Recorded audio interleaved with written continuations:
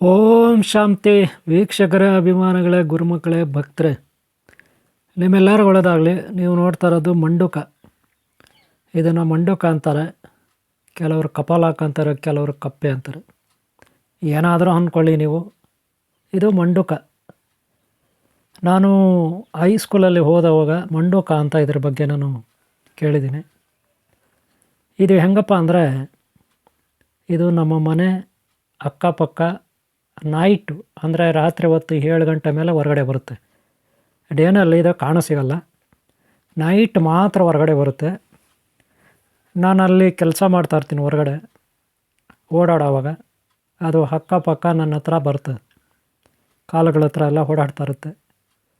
ಹಾಗೆ ಇಲ್ಲಿ ಇದು ಕೀಟ ಹುಳುಗಳು ಉಪಡೆಗಳನ್ನು ತಿನ್ಕೊಂಡು ಬದುಕ್ತಾ ಇದೆ.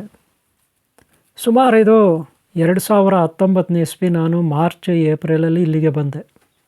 ಮಾರ್ಚ್ ಏಪ್ರಿಲಲ್ಲಿ ನಾನು ಈ ಮನೆಗೆ ಬಂದೆ. ಇದೊಂದು ತೋಟದ ಮನೆ, ಕೋಲಾರ ಜಿಲ್ಲೆಯಲ್ಲಿರುತ್ತೆ, ಬೇರೆ ಅವ್ರದ್ದು. ಇಲ್ಲಿ 3.5 ಎಕರೆ ಆಸ್ತಿ ಇದೆ, ಈ ಮನೆ ಇದೆ ಅವ್ರದ್ದು. ಇದು ಮೊದಲು ಇಲ್ಲಿ ಕರೆಂಟ್ ಇಲ್ಲ, ಕುಡಿಲಿಕ್ಕೆ ನೀರಿಲ್ಲ, ಎಂಥದಿಲ್ಲ. ನಾನಿಲ್ಲಿ ಬಂದಮೇಲೆ ನನ್ನ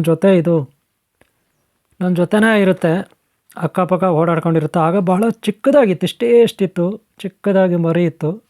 ಈಗ ತುಂಬ ದೊಡ್ಡದಾಗಿದೆ, ಗೊತ್ತಾಯ್ತಲ್ಲ. ಬರ್ತಾ ಬರ್ತಾ ಬರ್ತಾ ಇದು ದೊಡ್ಡದಾಯಿತು.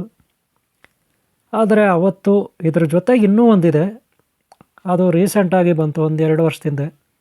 ಇದು 2019 ಇಸ್ವಿಯಿಂದ ಇರ್ತಕ್ಕಂಥದ್ದು.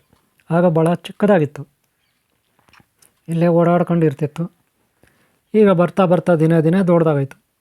ನೋಡಿ, ಮನೆ ಇರುತ್ತೆ. ಈಗ ರಾತ್ರಿ 11 ಗಂಟೆ ಮೇಲಾಗಿದೆ.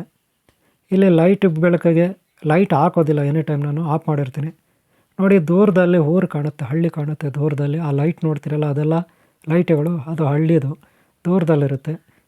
ಇಲ್ಲಿ ಯಾರೂ ಬರೋದಿಲ್ಲ ಈ ಏರಿಯಾಗೆ. ಆದರೆ ನಾನೊಬ್ಬ ಏಕಾಂಗಿಯಾಗಿ ಜಪ ತಪ ಧ್ಯಾನ ಮಾಡ್ಕೊಂಡಿರ್ತೀನಿ. ನನ್ನ ಜೊತೆಗೆ ಸದ್ಯಕ್ಕೆ ಈ ಒಂದು ಮಂಡುಕ